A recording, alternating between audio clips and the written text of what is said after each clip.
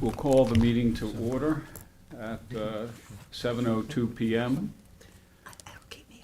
This is the December 19th, 2023 meeting of the Landmarks and Historic Districts Board for the town of Southampton. This meeting is being conducted under town and New York State law, providing for in-person and remote participation.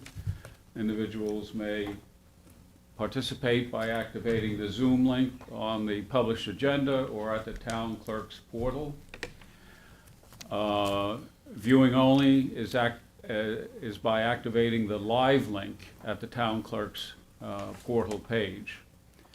The online Zoom participation is being moderated by CTV. For remote comment and participation on a particular agenda item, please notify CTV by the chat or the raise hand function so that comment can be made. To reduce the wait times for online and in-person participation, our practice is to advance agenda items on the agenda to be considered up front.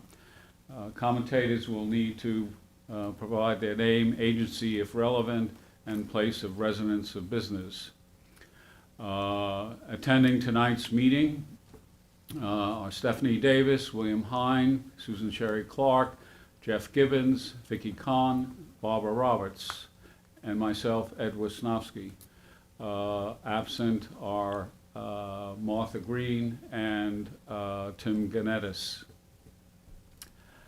With that, I think we can move to approve the minutes of our last meeting. Yeah, Susan had one comment for us on 64 Henry Road, North Sea, to indicate that the renovations that were discussed concerning that property were actually in progress. Yeah. So I've made the associated revisions there. If those amendments are okay with everyone, you can editorially add them. Yes, I will go ahead and add them. Before the posting. Any other comments? If not, all those in favor of approving the minutes, say aye. Aye. Opposed, the minutes are approved. The next item on the agenda is construction permit applications.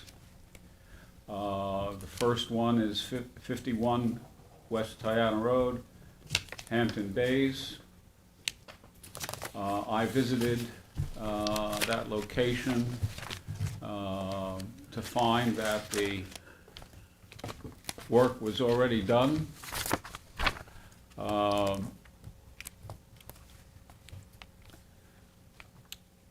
This is the building as it now looks, re-sided,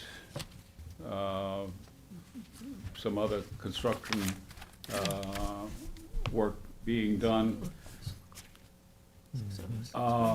There was a stop work order posted on the site. Unfortunately, I don't know how long it has been Yeah, it there. looks like it's, this looks like But it's all in of the anyway. relevant information seems to have washed off. The ink was not particularly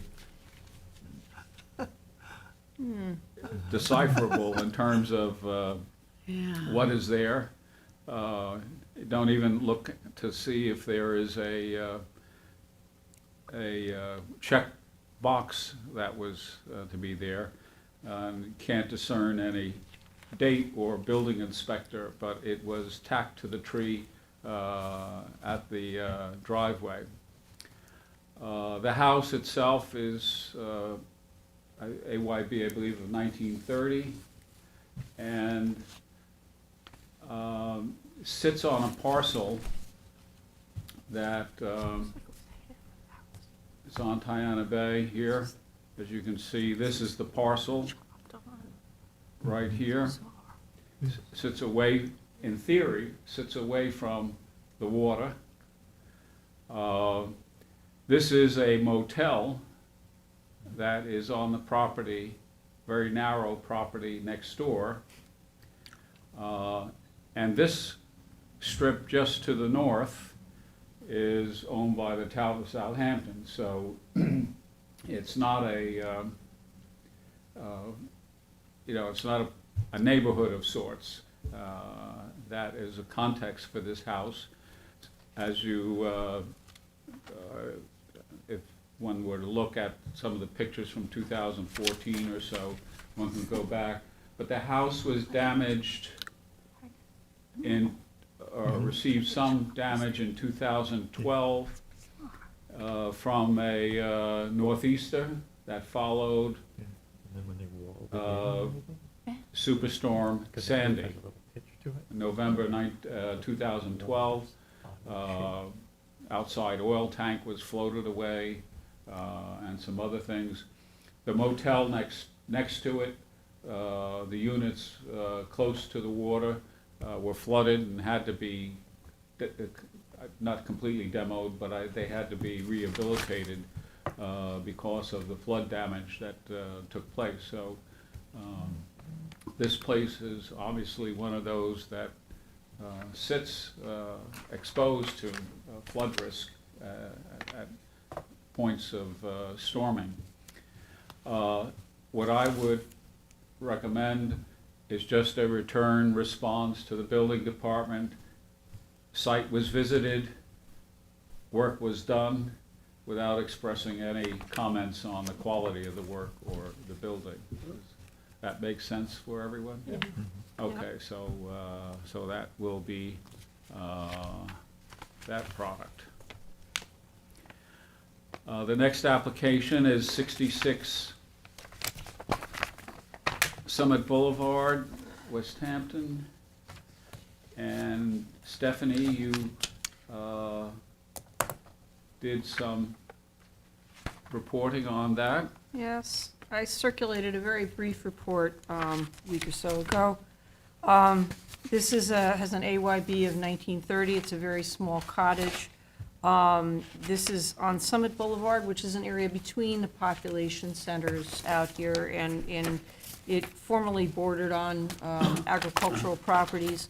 There was a subdivision that was established in 1910 called Vanderbilt Park, and this property occupied several. These were tiny, tiny lots in this subdivision, and this property occupied several of the lots in that subdivision. So its 1930 age is likely accurate. The 1916 map did not show any development here. And what's proposed is to basically add a second story on the current volume, and then to add an extension, a one-story extension on the north side of the structure. They're going to keep the porch, although it's going to be moved over a little bit to the left, but they're keeping a very interesting low but triangular sort of roof over the porch that's there now. The windows that are there now are all apparently replacement windows from whatever was there originally. So the proposed windows that they're going to be putting in are going to be true divided light windows. And I think, Ed, can you scroll down a little bit and show this is the proposed development. So you really won't see that original volume anymore.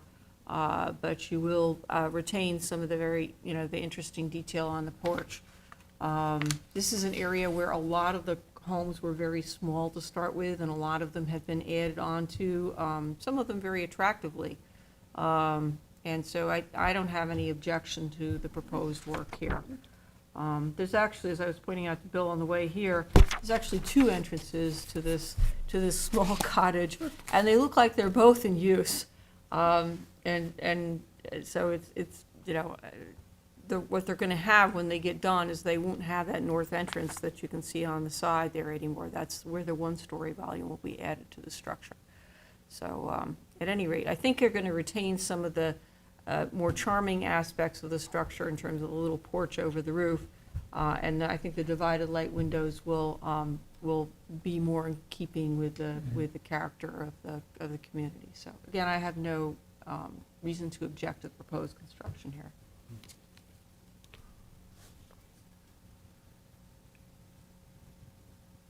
Now, what, what was the date of It's in 1930. 1932? Yeah, AYB 1930, and based on I didn't look at the aerial photographs, but I did look at the 1916 map. The development was in place at that time, but a lot of the lots were not yet developed, including this one.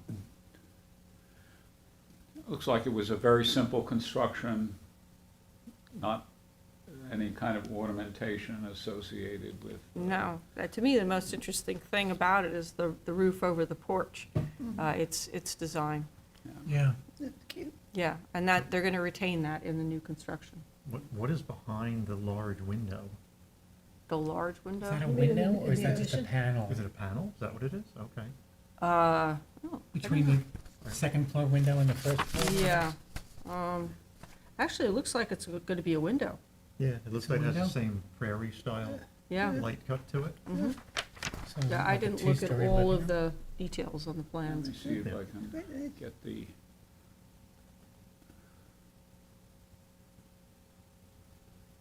Because it looks sort of historical in its detail, but then there's that window that doesn't seem to match. Yeah, it's another like yeah, that's. a monster drawing. that ate the house. Yeah, floor to ceiling window on the second story. Is that what it is? Oh, I- so that's the stair area there? So it's like a two-story entry?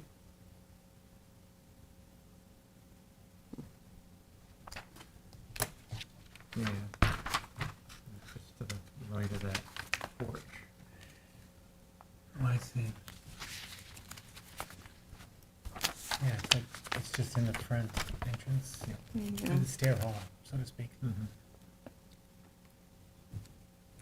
Which way does it face? I guess faces west. It faced west. Yeah, So lots of nice, lots of light in the afternoon. I hope that pine tree sticks around, the one in the picture. I think the pine tree will probably be gone. It's very close to the house. And Yeah. frankly, if I had that big of a tree that Shouldn't close to would my that close, house, you'd take You it and it down? was a want it that pine, close. it would be gone. Yeah. Yeah, Yeah, Dangerous, well, yeah. their work in the area will probably kill it off. yeah. It's a nice white pine, but it is very close to the Yeah. house. It's almost like the house grew in response to it's like responding away to the from pine. I like your description of the house that ate the house.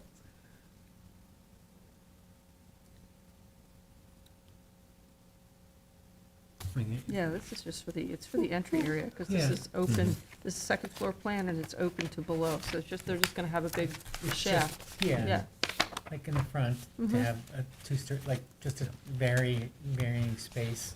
I don't know how they're gonna get up and clean that window, but that's not my problem. Yeah. So, anyway, it's a non-historic house.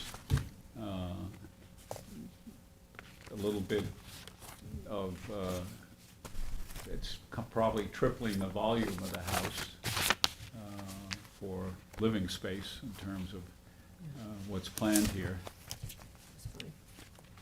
So there's no objection on it, and if that's the consensus of the board, Stephanie, would you Be happy to. respond accordingly? Yep, Okay, thank you. Exit that. And the next item on the agenda is what? I don't have my agenda. 15 Bay Street, North Sea, and this was, Thank you. 15 Bay Street North, we passed on. we passed on review. Because it was interior renovations. And so it's Art Village time with 13 Ochre Lane, which had a lot of participating commentary. So Susan, would you like to summarize? I what will the- start that anyone that What the has, project is, and then Good. just basically review the history of the history. the history of the history.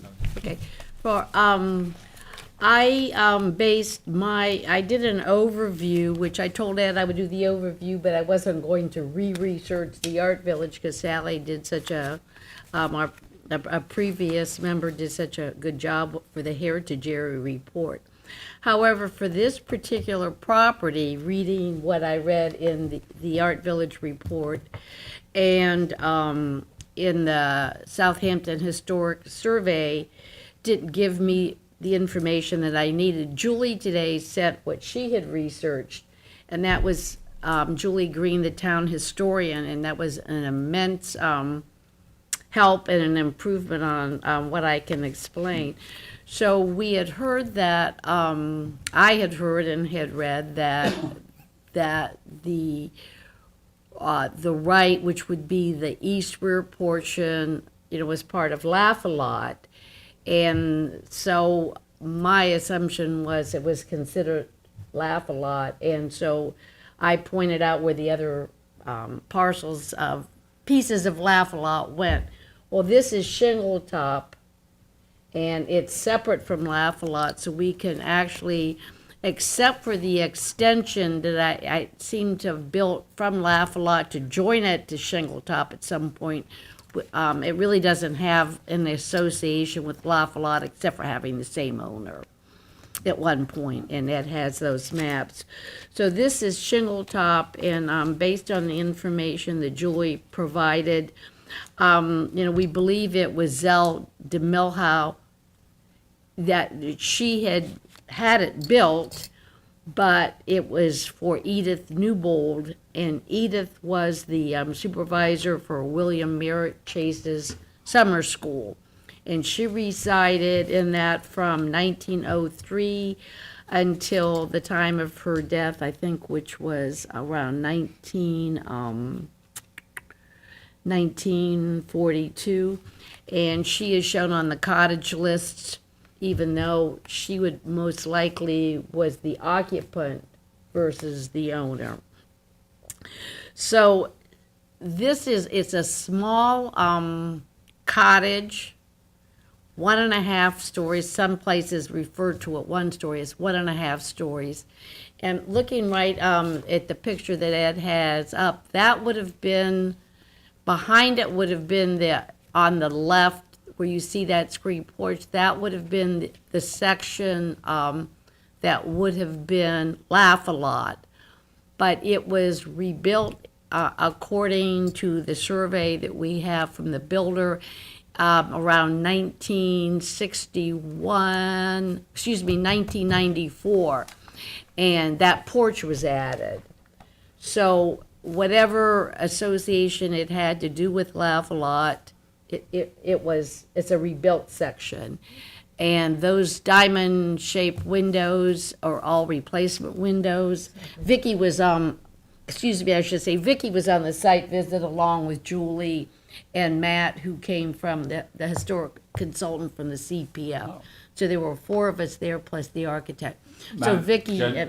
so anyways, they had already started, even though I was on time, they were all early and were partway through coming out of the basement when I arrived. So all the windows in this section and are all new. Throughout, they're all replacement windows. All There's not a replacement single windows. original- There's not a single original anything left. So any diamond window you see, it was my assumption, I thought, well, those must be the original, the divided light, but they're all replacement windows. It's my understanding that the roof is around 30 years old, that it's all been re-roofed, reshingled. We're assuming, even looking at the front, that the brackets were replacement. So most things that you're seeing on the exterior, because of the major renovation done around 1994, 1995, everything was replaced at some point. Including the porch. The porch is not original either. Now, when you walk in, at least, and I was by myself, going in the front door, and you see the fireplaces and the low ceilings, and it had been painted sort of whitewashed white on the inside, but still, I had the feeling that it was all historic materials. It felt old. until Vicky said, oh, no, that's, he said, no, it had been, redone. So the fireplaces, there's appear to be 3 original fireplaces, the door to the basement, the doors upstairs. You can see, because of the dormers, a lot of the angled closets. And I guess from what I understood the architect to say, that was, the low ceilings were problematic for the homeowner and wanting to enlarge that.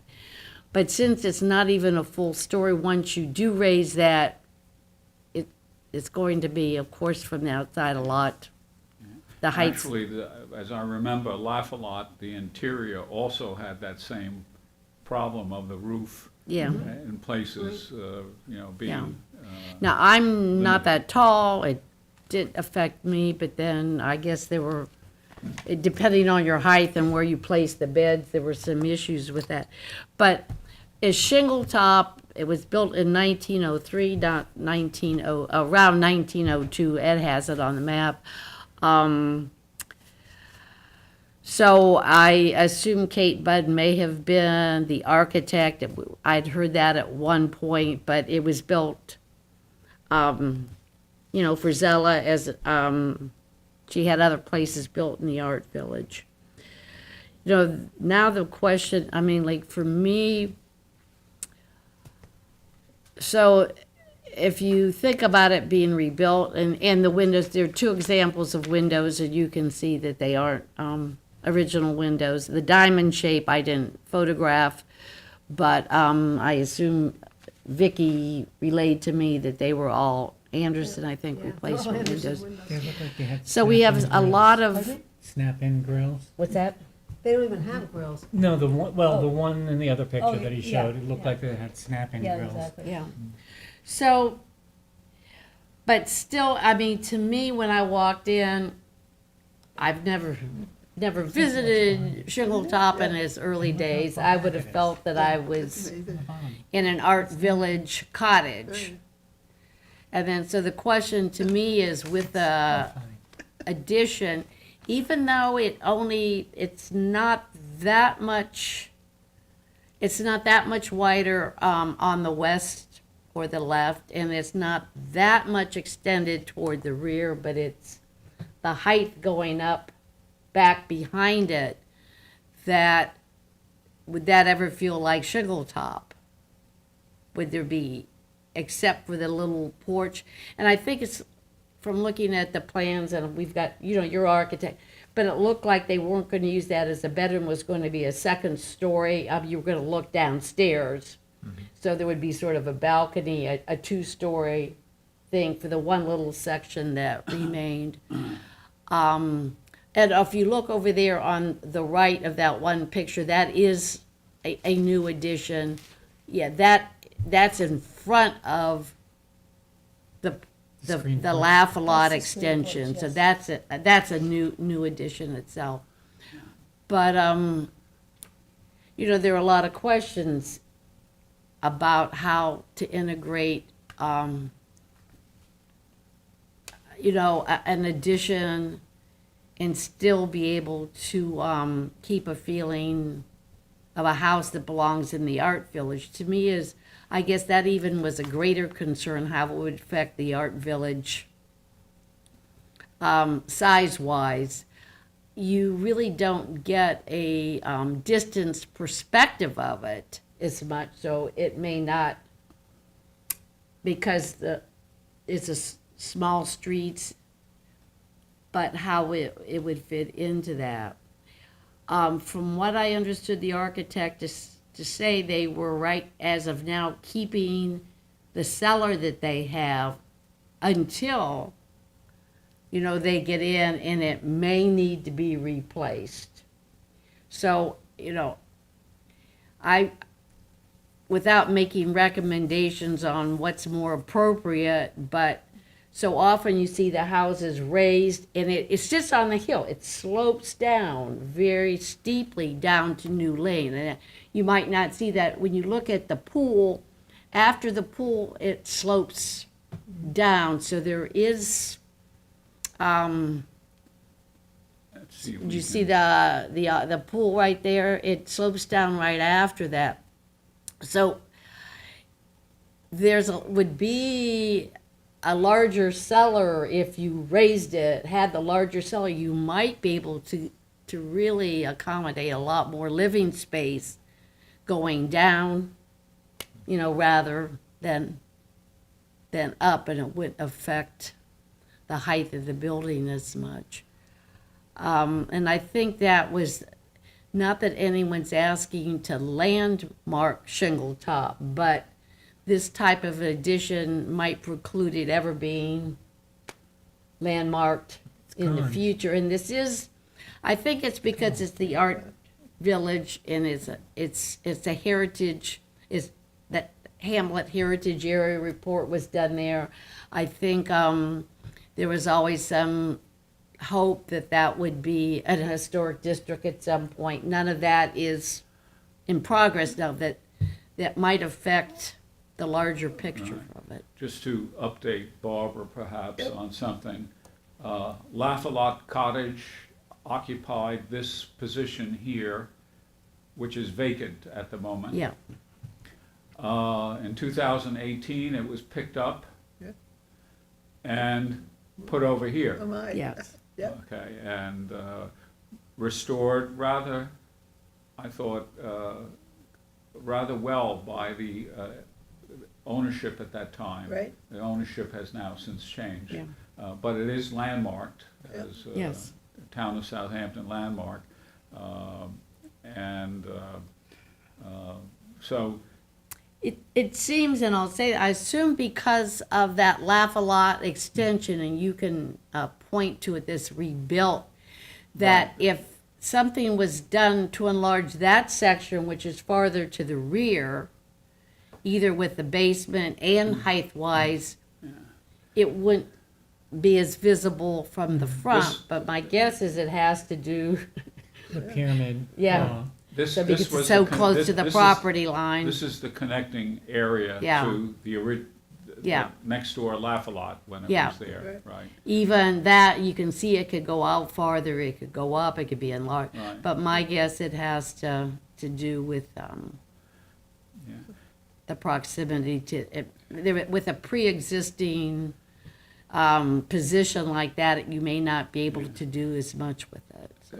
In looking at Sally Spanberg's history, she does reflect on the fact that many of these buildings were shuffled around over a period of time. Right, And I do know that there probably was a stable that Zella Milhau had because she was featured in a magazine as being able to handle four in hand and had a coach. along with what, a motorcycle and driving Well, the that was later, ambulance, yeah, and, right, that was later. This is yeah, 1899, okay, that about 2 years or 3 years after she bought the Lafayette property there. So some of those buildings may have been repurposed exactly. as automotive transportation came into play. And there was a garage, I think, at some point on the Lafayette property, I saw, Yeah. but that's, yes. So, So it seemed like they moved them around, and there was, at least reading that report, in the past, there was a rustic quality, that was part of the charm of the students, I think, wanted when they were living there, back to nature, which may or may not be appropriate for somebody, today with the lifestyle that, the accommodations that people would expect when they live part-time or even full-time out here. But how do we, yeah, my original reaction was that, given the fact that it was a historic resource, that, we try to be guided according to Yeah. historic preservation guidelines for redevelopment and use. And, one of my original without actually looking at the neighborhood, was that the elevation to 2 stories, you know, in a bigger mass, was something that might be objectionable, but looking at the fact that a new house on the lot next door, the vacant lot, is likely to be something we won't be looking at currently under our responsibilities. But a new house there is likely to be 2 stories and, in contemporary standards, large compared to, you know, the house that would be redeveloped at, you know, shingle top. So the massing issue, you know, I kind of now don't think is as important, especially since other houses are also bigger in character than this house is. And, you know, so I don't have strong feelings about the changes. Some of the feedback was that the original shingle top would be, you know, in mass, it would be lost. I think, Jeff, you had some comments about the rear. They there show the was whole front. a and disconnect they show between the a, roofs on the different hip roof drawings. or hip roof with a clip on the end that has a vent in it. But if you look at the side elevation, it doesn't go back that far. It doesn't even go back to where that, you can see it up at the top in the other picture that you had. No. Not that drawing, the other one. Yeah, if you look at that, the top, you see the top? That's the front. And it shows lower, you see the existing house in front of it. No, I mean, This is, yeah, there, right. yeah. Now you see how it shows a completed triangle? Mhm. Okay, that's not gonna happen if you look at the bottom, if you look at the elevation just below it, on the left-hand side. Right. It's There's a little- cut off. Uh-huh. Yep. There's a little gable vent there above. I don't know how you would get that gable, you'd have to recess it, I mean, it's, you Yeah. couldn't. Not in the other drawing. So even that little bit of the front pasted on this box Yeah. isn't even real because it's not gonna be completed. Like that. To me, it just destroys the building.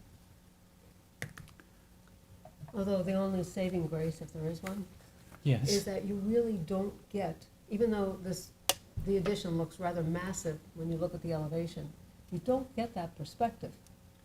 Because there's not much depth in front of the house, so you don't, you know, when you walk up from the little lane there, and you look at the house, you're almost on top of the house. So you don't really, you know, the perspective is so distorted. Except that it's not even 10 feet back. Right. What is it, 6 feet or something like that back? Yeah, if you look at the bottom, it hardly looks Yeah. like even 6 feet. Yeah, well, So- it'd be very so- shallow, yeah. You know, it's just like taking the front of this building and pasting just the pediment onto something. I don't know, it's not architecture, it's just BS, if you ask me. My idea of like really bad shingle style, I have no idea what's going on with that addition on this side and why the roof looks like it's on a 45-degree angle. And yet, when you look at the plans, nothing is on a 45-degree angle or angled, it's all orthogonal. That portion, my understanding was that was supposed to remain as is. They were just gonna add. Yes, but why is it I shown don't like it's know on a why, s- I on a- don't know why the architect has rendered it like this, but he expressly said it was going to remain as is. Now, there's no Well, it- heat or air Yeah. conditioning in the building as it is. It's never been habited Really? during the winter. Not half of even though the windows were replaced, they don't work. So, you know, they're like half open. You go in for the site inspection, it's freezing in there because there's No heat? no way to even shut the windows. So, you know, the building is gonna, if they don't do something, the building, even though those additions were built in, what, 96 or something? you know, if you don't do anything, that house is gonna fall apart as it is. It's just not, I don't know how much longer it's gonna survive. Everything, the roof is definitely caving in. In the basement, it had lolly columns everywhere. There's a structural issue. That's gonna have to be addressed. I couldn't see that on these drawings, but it's not a problem. And that's, if that's gonna happen, it might be interesting if we didn't have to give an opinion this time to wait to see. We can't do that, to wait and see if they need to redo that basement. It may change the whole, you know. He's definitely gonna have to do something with that basement. He's gonna have to do something Right, with the but foundation. that- In order to do this. That'll need that to come back foundation to has us. got to be redone. Right. So he's gonna That have would to need have to a come second back to story us put on top again. of it. Yeah, that it building cannot can- handle a second story, No, no, engineering wise, it wasn't No, ever built no, to absolutely that, not. and absolutely not.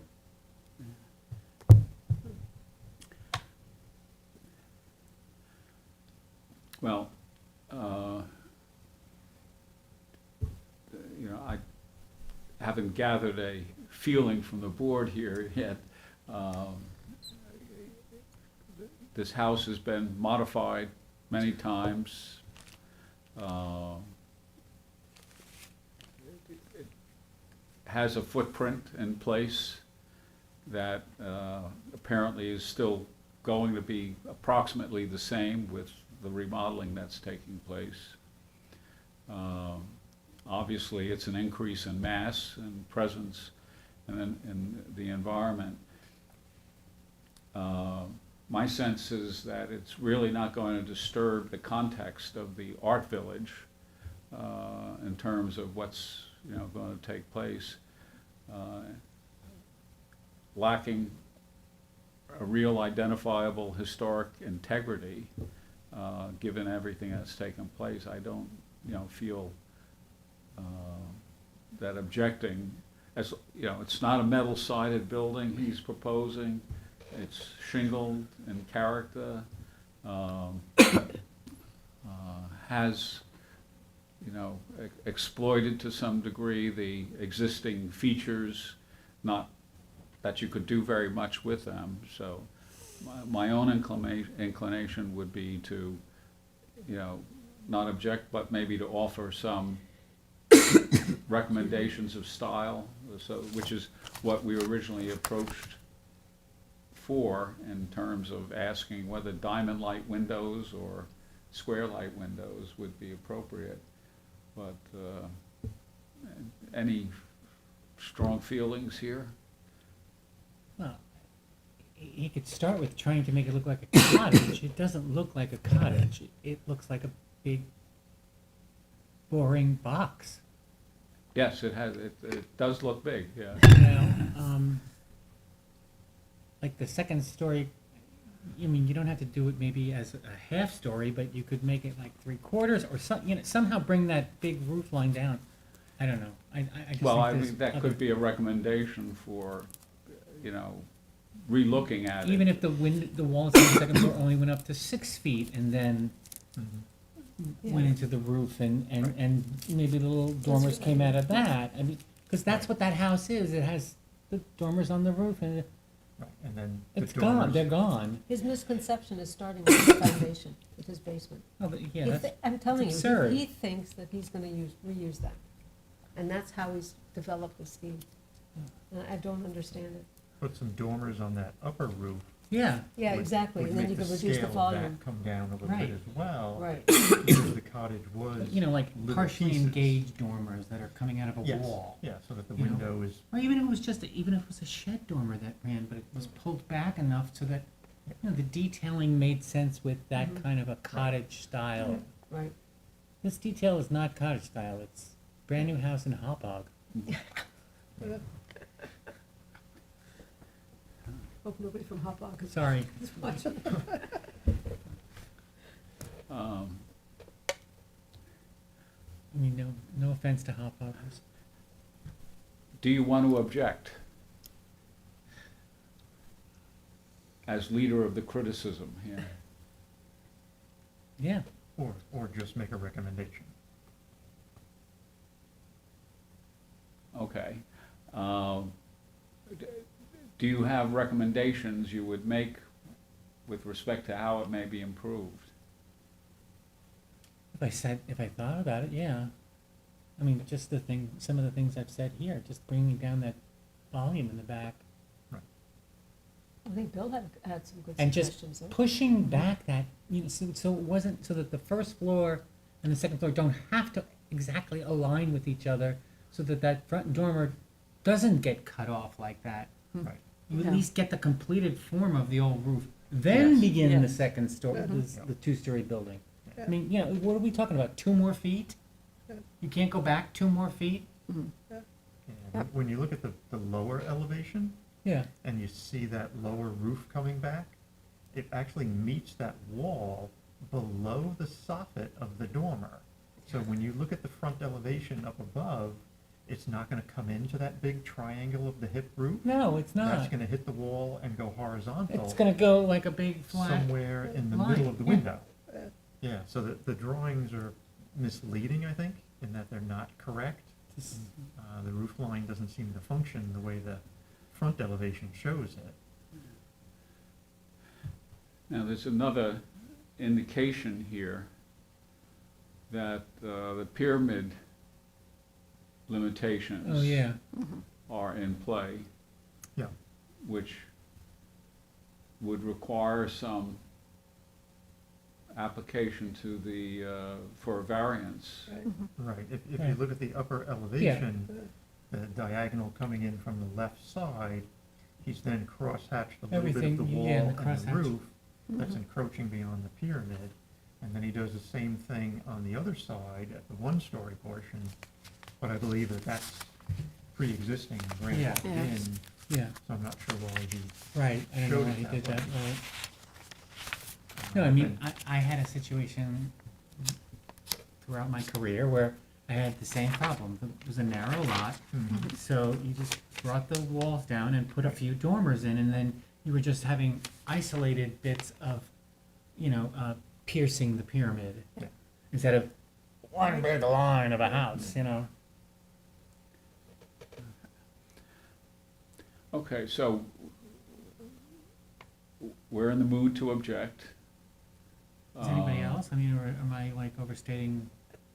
I think it's I'm fair to going make to bat for nothing. recommendations, and I think we should legitimately point out to the architect in a nice way that the drawings are rather misleading, he needs to rethink them, and that in so doing, You might we rethink would the, recommend that he reduce the volume of the addition, and a way to do that, that might be amenable to the owners, to his clients, is to add dormers to reduce, and sort of cite several little things Mhm. in a nice way, but I think he's gonna realize he can't build it like that. There's no way he can build it like that.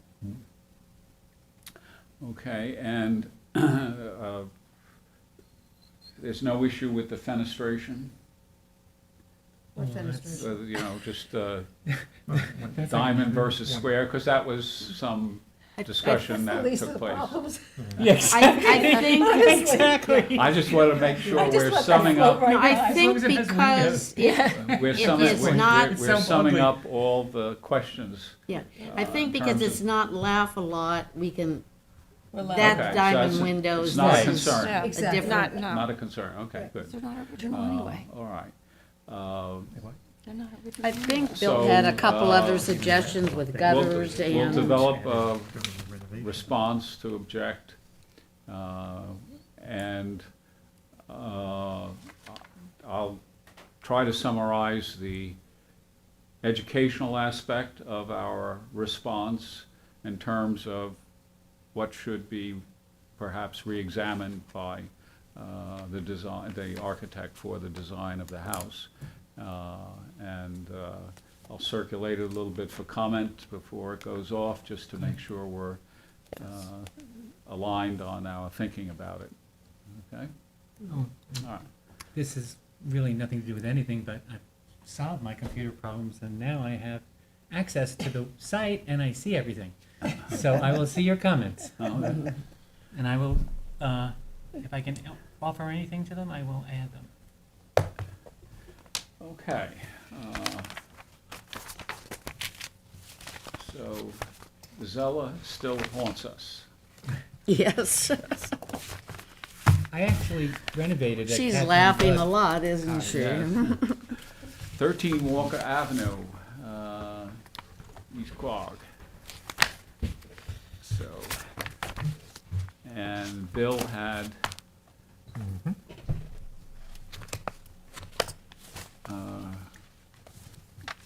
circulated a draft report. Let's go back to the look of the house. First, just that we get Yeah, that's the, a location for it, just to I was indicate. gonna say, it's just like Art Village. Yes. Where the house sits amidst neighborhood of other close-in residences along Walker Avenue. So, right. right here. And, okay, we can get back to. Okay, so the property includes a dwelling with an AYB of 1870 towards the front of the property and a detached garage of the same vintage at the rear of the property. The owner reported that both structures were constructed in 1891, although the historic reference information suggests an earlier date. The dwelling has previously been enlarged, almost doubled in size. As you look at that lower picture, that's the existing, or the original front portion of the house. And then there's a large addition to the rear of that, very much in the same style. It's kind of hard to tell where one ended. I think it was a one-story addition on the rear of the house, when the two-story addition was then added sort of over it and further back.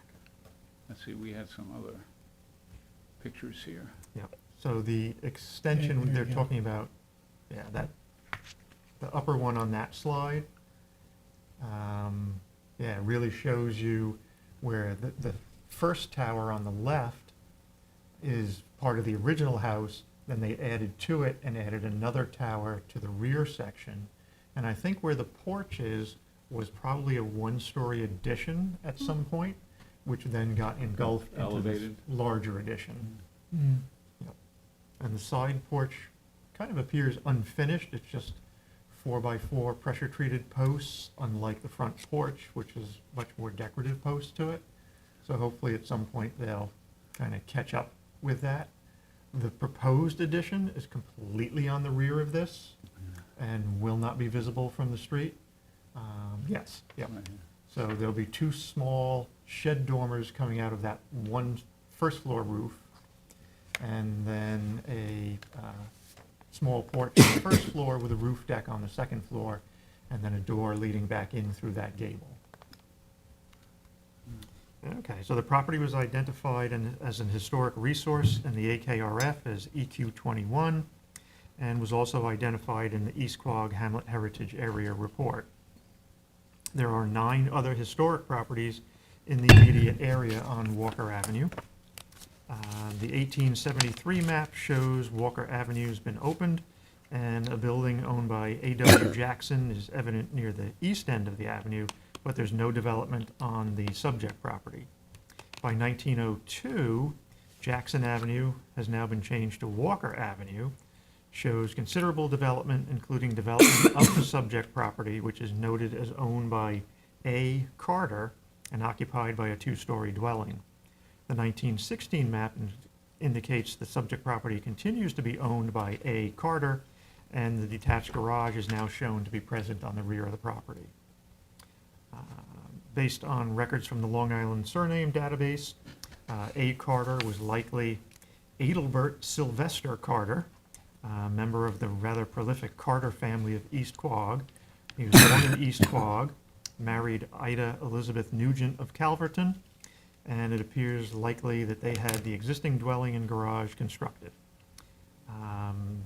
November 26, 1881 article in the South Side Signal noted that Adelbert Carter had sold his place in Calverton and gone to Atlanticville, which was renamed East Quogue, which was his native place. The first of the Adelbert and Ida's children was born in East Quogue in 1882, so the 1881 construction date of the subject property dwelling and garage appears to be likely. They did go on to have 5 children here. Adelbert was a member of the Town of Southampton Board of Trustees and elected as both treasurer and secretary of the board in 1902. The same year, he was put in charge, together with another Carter relative, of leasing bottomlands of Shinnecock Bay for oyster growing. By 1915, Adelbert was captaining a packet boat between the Walker House and Tiana Beach, presumably to ferry summer visitors to the beach and back. The Walkers rented their cottage, which they called Ivy, to summer visitors in the early 1900s, as noted in the 1919 article in the County Review. At this time, Captain Adelbert Carter was still ferrying folks daily between the Walker House and Tiana Beach. In 1919, an article in the Country Review noted that Captain Carter was preparing his boats, plural, for the summer sailing season, suggesting that he may have operated a fleet of sailing boats at that time.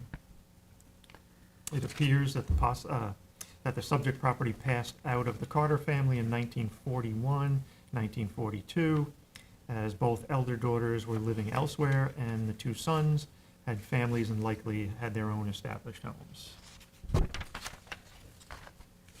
I did include a survey at one point in the report that showed the size and scale of the addition on the rear of the house, because it really was doubling the size of the house.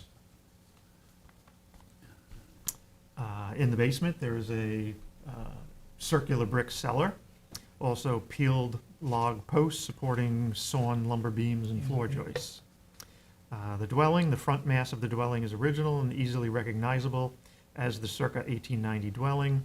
The rear section is a substantial 2011 addition and was carried out emulating the original design. The proposed addition is much smaller, is to be on the rear of the previous addition, and also emulates the original design. The additions are to include a screen porch, a second floor addition, and a roof deck. I didn't feel that the Landmarks Board should object to these additions, as they cannot be seen from the street, and they're very fitting for the original design of the house. The detached garage is also easily recognizable as a circa 1890 structure. This structure is proposed to be demolished and replaced with a larger 2-story detached garage. The new garage is to have a finished basement, a 2-car garage on the first floor, and a dormered out second floor with a finished room that includes a full bathroom. So it's quite a bit larger than this sort of 1.5 car garage. I didn't feel that we should object to the design of the proposed detached garage construction, as again, it sort of emulates the original garage, suits the design of the house, but I did feel that we should object to the demolition of the existing garage. It seems to be in serviceable condition. Was hoping that perhaps they could use it as a shed or a pool house or something else on the property. Obviously, they want a much larger structure for their garage.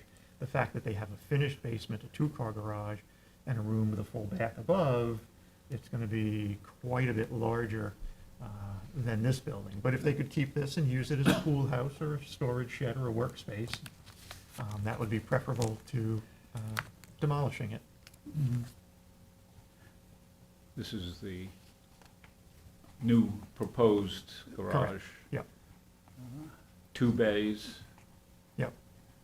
and there's what, an office to be, or the proposed I- office for the second story? I don't believe that they call out on the plan what the room is to be used as. Storage space.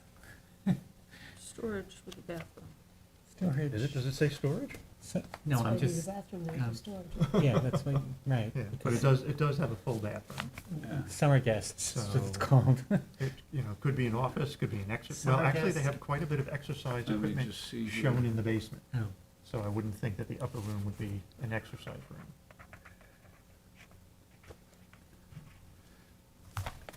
Demolish Second the floor existing office. garage structure that is Mhm. in poor condition and rebuilding a new garage with full basement and second floor Second floor office in a office, okay, continuing yeah. location, yeah. Mhm. Yeah.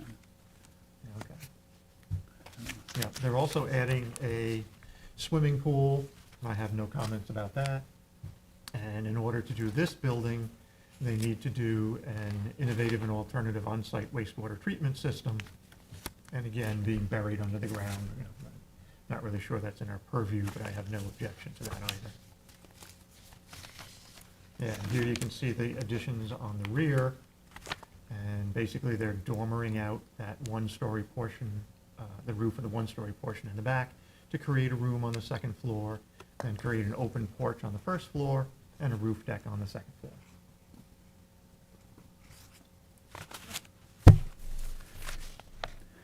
The recommendation to object on the garage is kind of based on what? The fact that it is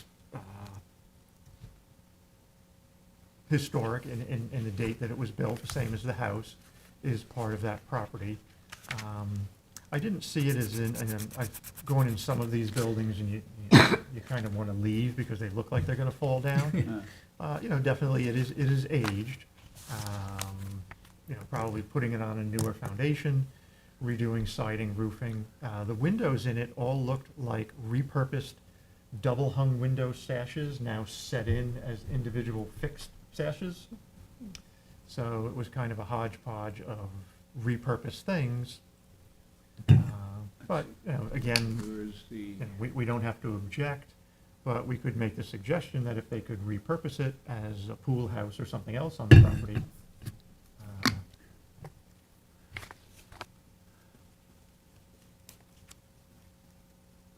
the garage itself, those doors did not look authentic to me on the existing garage. Even though they had Yeah, hinge, should be, antique hinge yeah, the garage is all the way at the bottom of the report. at the bottom? Yeah. Okay. There you Okay. go, so go back one or two, yeah. One more. There you Yeah. go. There, yeah. They are swinging doors, they are wood, definitely as I looked at them, they had some age. Did they go back all the way to the original date of the building? Yeah. That I'm unsure of. The reason, I see a slight sag to the roof, Yeah. Yes, yeah, when you look at the side, you can definitely see a little. and the doors seem to fit very well in the opening for a building of that age, Yeah, yeah. yeah. It was interesting, they used an old double-hung window sash weight in the middle of a rope as a weight as to create a door closer. And then there were several horseshoes on the back of the door that had been turned into either utility hooks or coat hooks or something of that sort. But definitely the doors were, you know, not something from the last 50 years. They were definitely older wooden doors. But perhaps they've been trimmed and, Brought from someplace else, or? well, that too, yeah, could have been taken from somewhere else. Yeah, I mean, it, kind of this, looks like the doors, first of all, there's an apron there. Yes, On the door, and then, this looks like it might have been a redone opening. mhm. But, Yeah, you know, there was just- no real sign to it. If you go down a couple of pictures, you can see the door from the inside. And I didn't really notice anything in the framing to it. A little further, there you go, down one more. There, yeah. So I didn't really notice anything to the framing that looked like it had been Altered. recently redone. Mhm. As you can see, there is quite a bit of space under the door. Yeah. Letting light in there.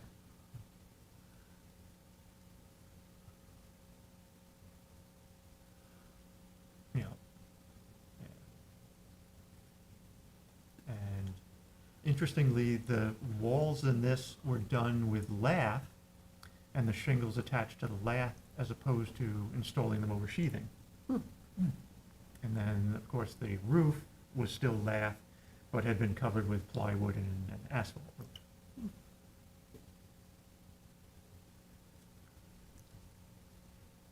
Yep, so there you can see the plywood on the roof. Beneath that, that's one of the, it looks like a 2/2 double hung window, and that's the, Bottom sash right one of the sashes from it, and then just built into a frame in the wall, yep.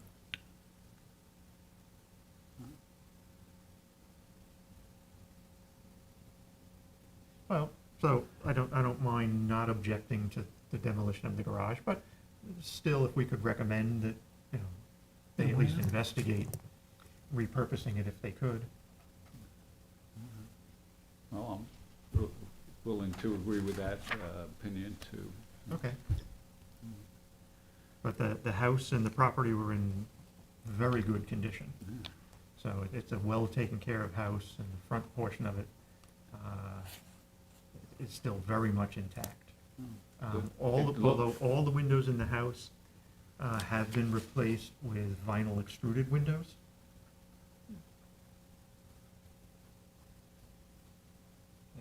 And interesting, the entire attic had the same trim, the same doors, the same door hardware as the rooms below. You know, usually by the time you get to the attic, it's a board and batten door with a thumb latch on it or something. Yeah. The whole thing is wainscoted. The chimney is wild. It really does quite a bit of corbelling to get up to come through. Zigzags up? Yeah. Yeah. But the entire attic is all wainscoted and has the same windows, the same trim, the same doors. Just, you know, those bays are, go up to the third Yeah, floor. yes. Yep. Beautiful. So, well, would you do Yes. the response on it then? Yep. Okay, that's good, thanks. And we can get rid of that. And get rid of that. Get rid of that. And get rid of that. So we go to 36 Jagger Lane, West Hampton. Yes. So we have looked at this twice before as 34 Jagger. We looked at it originally as a subdivision, and in the original subdivision, they planned on keeping the house, the barn garage, and the shed.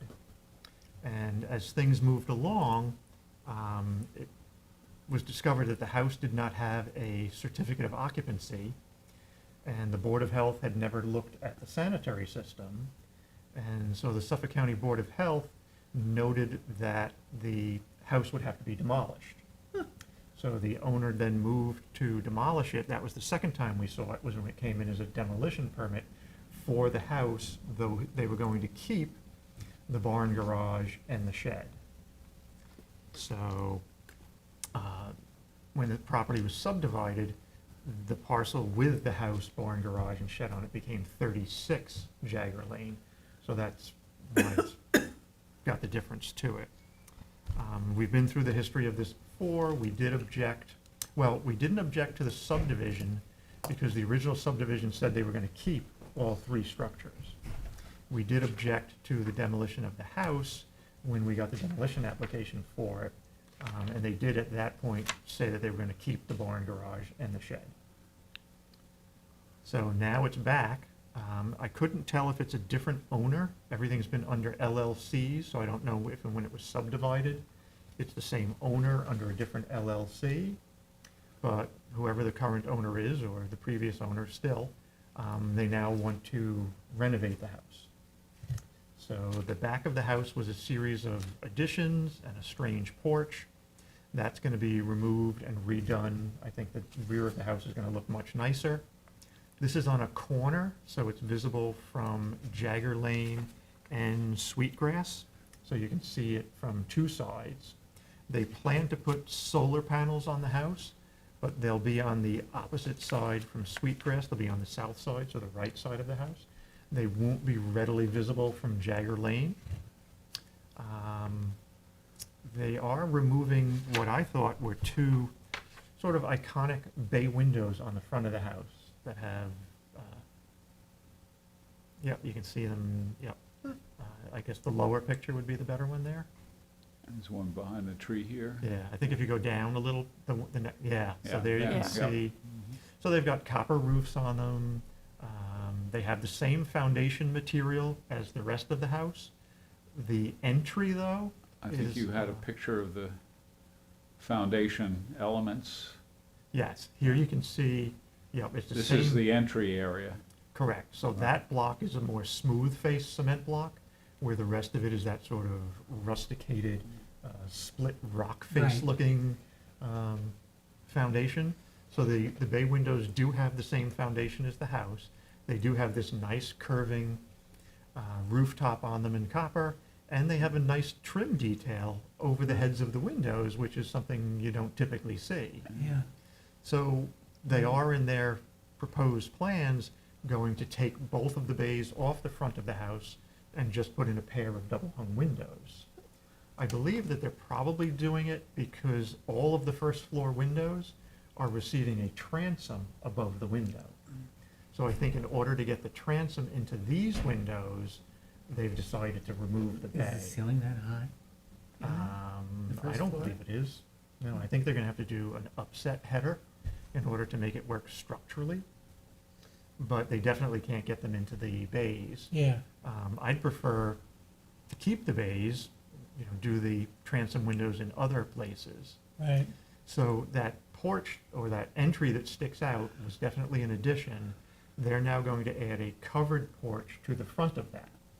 So it's gonna actually project out a little Now, bit let's further. see. There is some nice trim around the front door. That will be lost in the hipped roof that they're going to do on this porch. So we're gonna lose that trim on the door.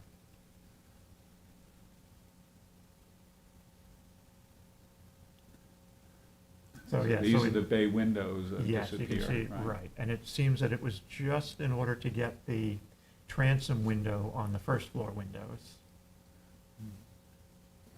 Yeah.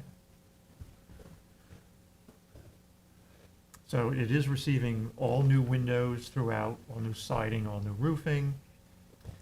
The addition on the rear of the house, which is visible from Sweetgrass, but again, that was an area that was additions previously.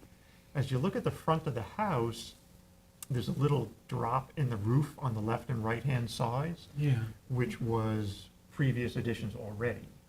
So the house was just the main center mass in the beginning.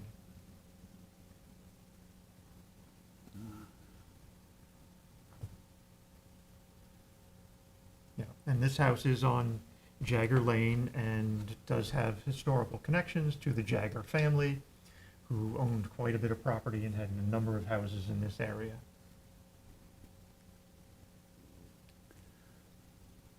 And the light cut to the windows that they're proposing is basically the same as the light cuts that are in the windows currently, other than the transoms and things that are new. Yeah. So this is the barn garage in the back. The left-hand side with the new garage doors is the old part of the building. The right-hand side with the old barn door is the newer end of the barn garage.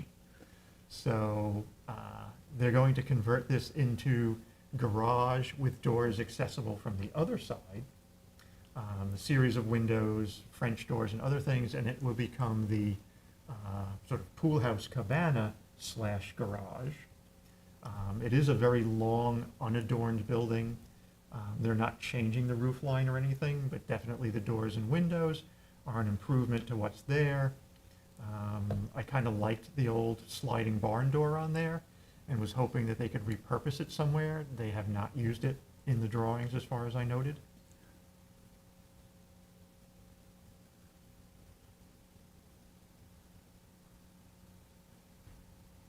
Yeah, so it, you know, definitely Typical was. stable. Yeah, used as a stable, yeah.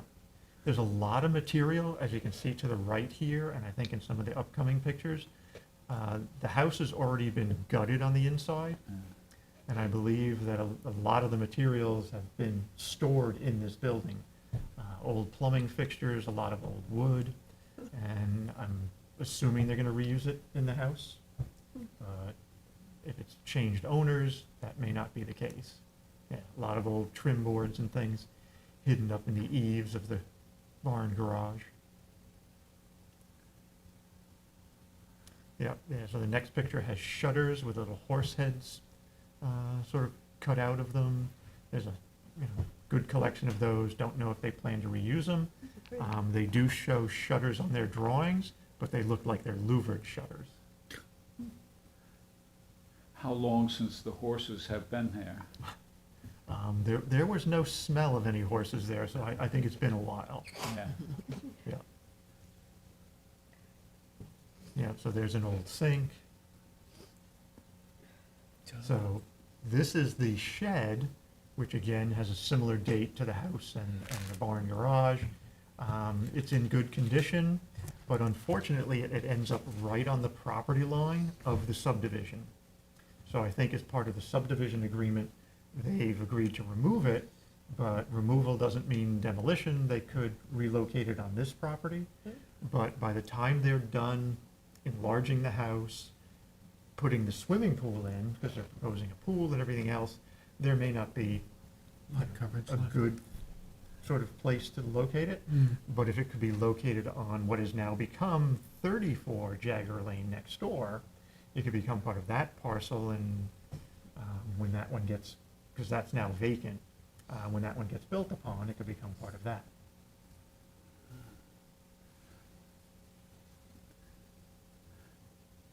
So I had some recommendations to the front of the house of keeping the bay windows.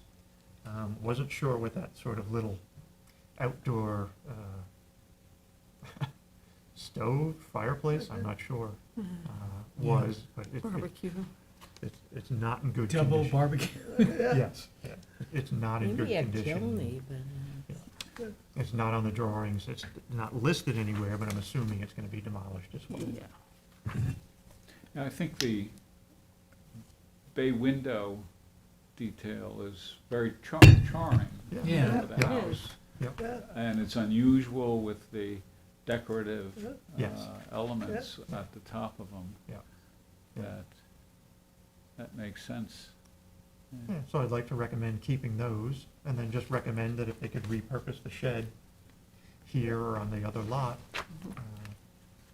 Otherwise, because we've been through the process of seeing the subdivision, seeing the demolition permit come through, it's nice now that it's going to be preserved. Yeah. So, definitely Yes. happy for that. Great.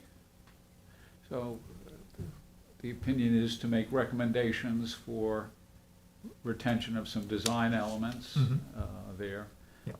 And make an effort to preserve the shed. Yep. For whatever purpose, adaptive purpose might be Mhm. available. And are you willing to do the Yes, recommending work on it? Yep. All right, thank you, Bill. you're welcome. And by the way, I just, Susan, thank you for arranging the site visit for 13 Ochre, and Vicky for going there. And the other person was Matt Jedlicka Yes. from the Community Preservation Consultant, so. Julie invited him to come, so she asked me, but I read the email after I met him, so All right. that was So, good that he was there. anyway, too. but, thanks for doing the effort too. That was very, Thank very you, helpful. thank you for doing the Yeah. response.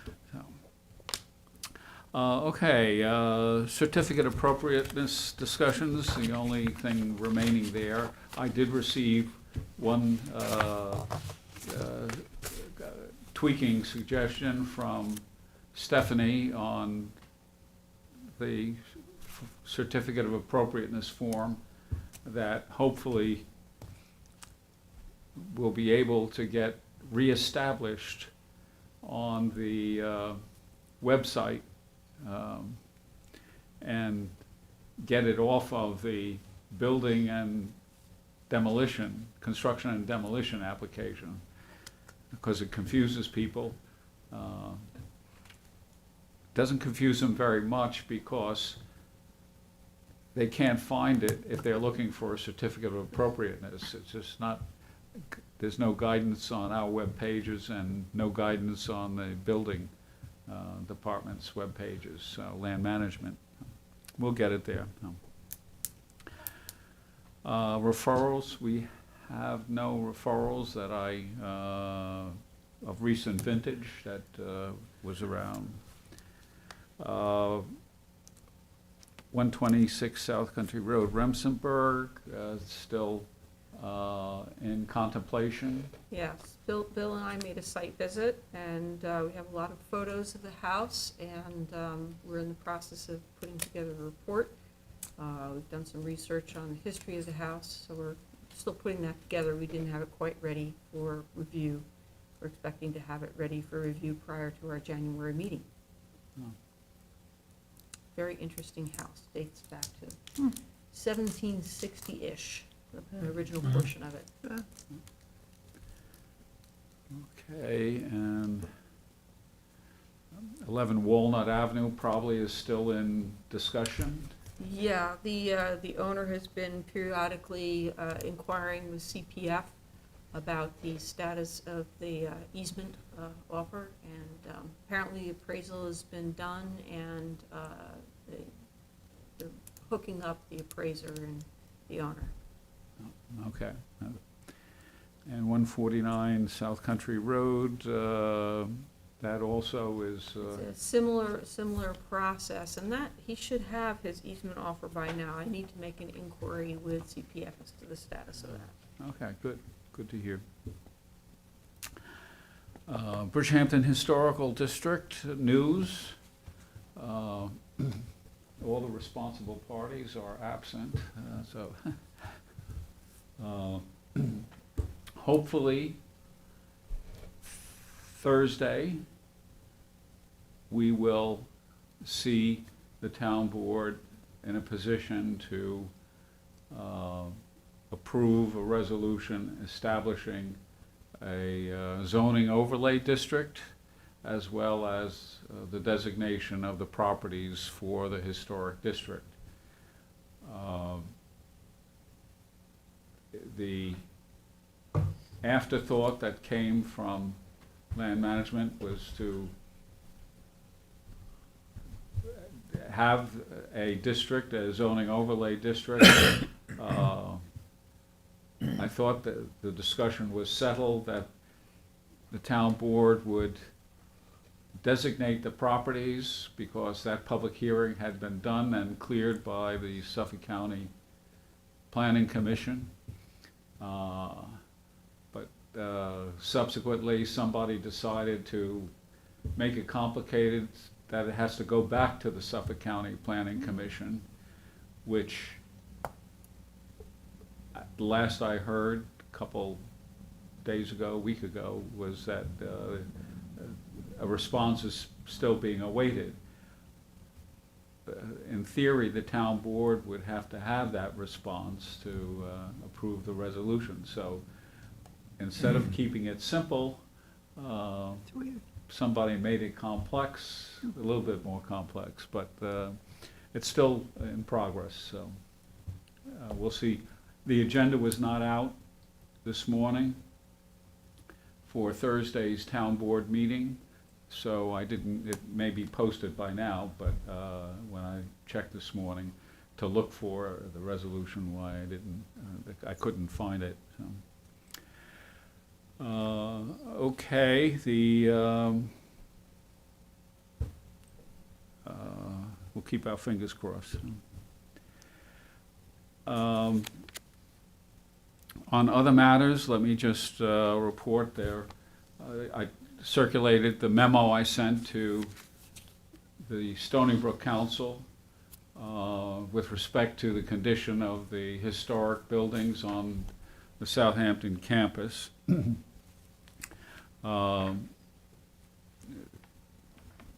we'll see where that goes.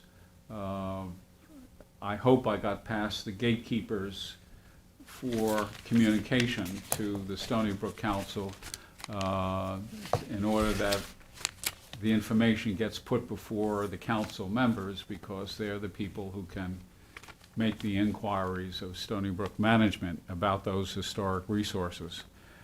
There's probably more to be learned in the coming week, but the button between Assemblyman Fred Thiel pressing for overall plan and development for that campus for purposes other than historic preservation is out there. And as well, you know, I think we'll keep our campaign going to keep reminding them that they've got to do something and find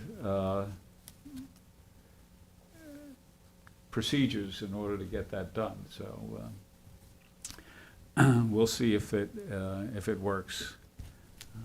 I don't know if you have any questions about the status of those things, but if not, let me turn to the business about the state and national register for historic sites. One of the elements of certified local government status is that we produce some positive action with respect to making nominations periodically. It's not something that has been done by the Landmarks Board in recent memory. My memory only goes back to about 2013 or 14 here. But I don't think the Landmarks Board has participated in such a thing. The usual path is for nominations is for private property owners to initiate their nominations. It's not a requirement. Somebody can push the button to try and get a nomination before the state board and ultimately to the National Park Service. But we have a lot of public buildings that are owned. And I think some of them could probably qualify for the status of state national register of historic places.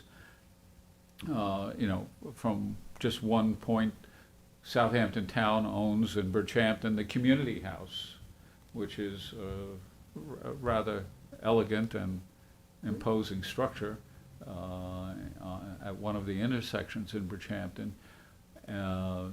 And it probably could be put on the National Register. We have the Rogers House on the National Register. We have the Presbyterian Church on Main Street, Bridgehampton, on the National Register.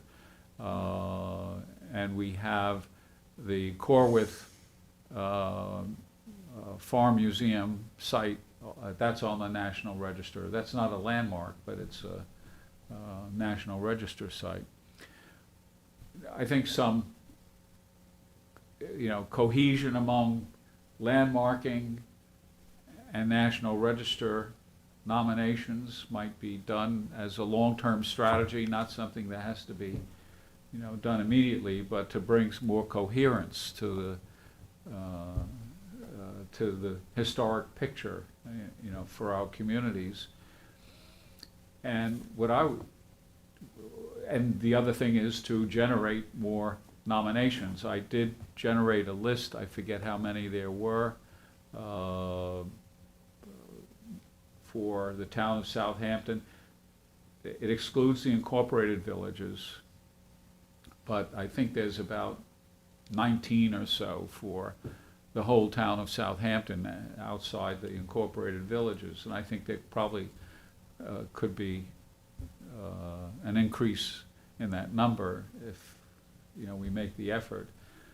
So what I would suggest is that maybe we should try to look at the publicly owned buildings that are out there in our town, and, pick out those which might be nominated. I forgot to do it, but I will circulate the criteria issued by the National Park Service for National Register status and State Register status.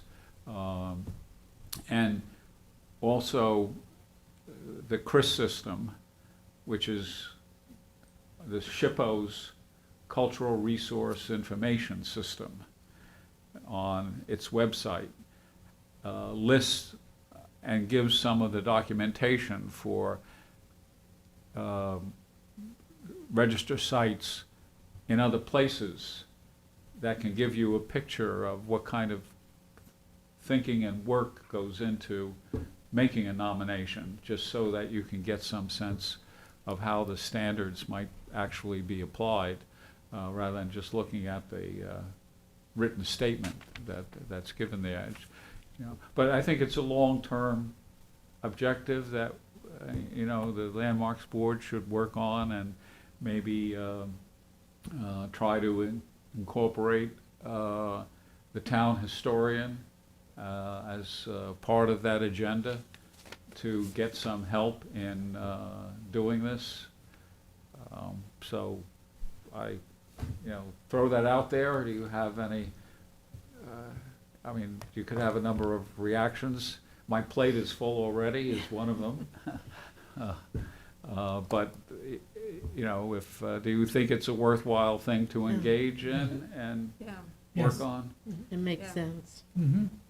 we would, I think, definitely need the support of the town historian. I've been involved in one of these nominations in the past, a state and national register, and there was a lot of historical research and documentation required.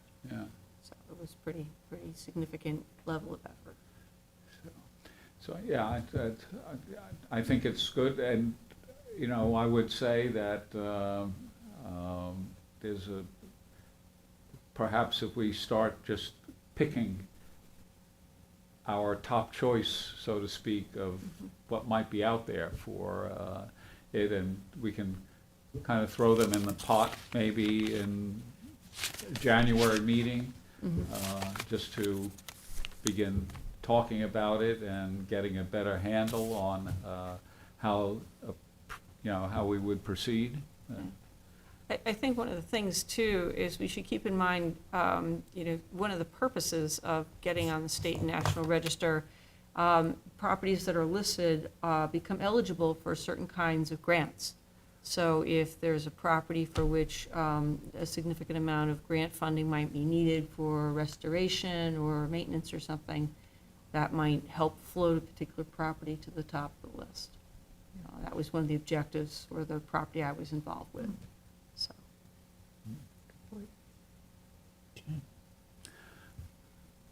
Okay, so we'll, and I'll send out a reminder and maybe some other information that might be helpful in getting us started on that path. Yeah. We have any other items to be considered tonight? I will say, there's one other thing, which was not, David's not here. I didn't know he was not going to be here. But there had been an overture with respect to a property in Shinnecock Hills.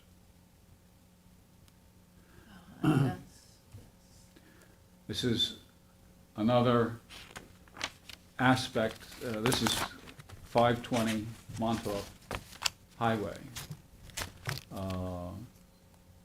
And I think I might have CC'd board members about it. You Just did. okay, so no need to spend a great deal of time. But just to indicate what the thought was, this house was on a property owned by the Peconic Land Trust and was prospectively going to be demolished. The house is one that was designed by Grover Atterbury and has historic character and qualities to it, architecturally as well as by ownership. And a neighboring party did not want to see it disappear without an attempt to salvage it. And the suggestion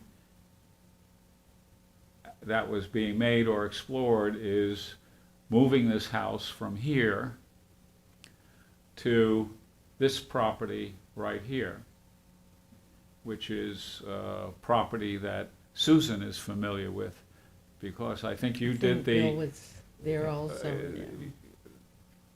you worked on the barn at the time, a couple of years ago, going back. And so there are a lot of things involved, trying to, whether the barn is worth saving, whether it can be relocated. If it's to be relocated, would they get the variances for it? So there's a lot of complex issues and strings tied to it. But I just wanted to make you aware of that. That project is being explored, and whether or not it goes anyplace, why, we'll find out. David was alert to trying to bring it to our attention and to suggest ideas as well for it. So that's about the extent of my knowledge about it, and I don't know if you have any kind of questions or opinions about it. There are a lot of things about it, whether it's to be landmarked in some new site, among other things. So if that's fulfills the information void, why, we'll leave it at that, and maybe have David available to fill us in either during the month or at next month's meeting. We have any other things to bring before the board? If there's nothing more to be considered, then it's 8:35 p.m. and this meeting is adjourned.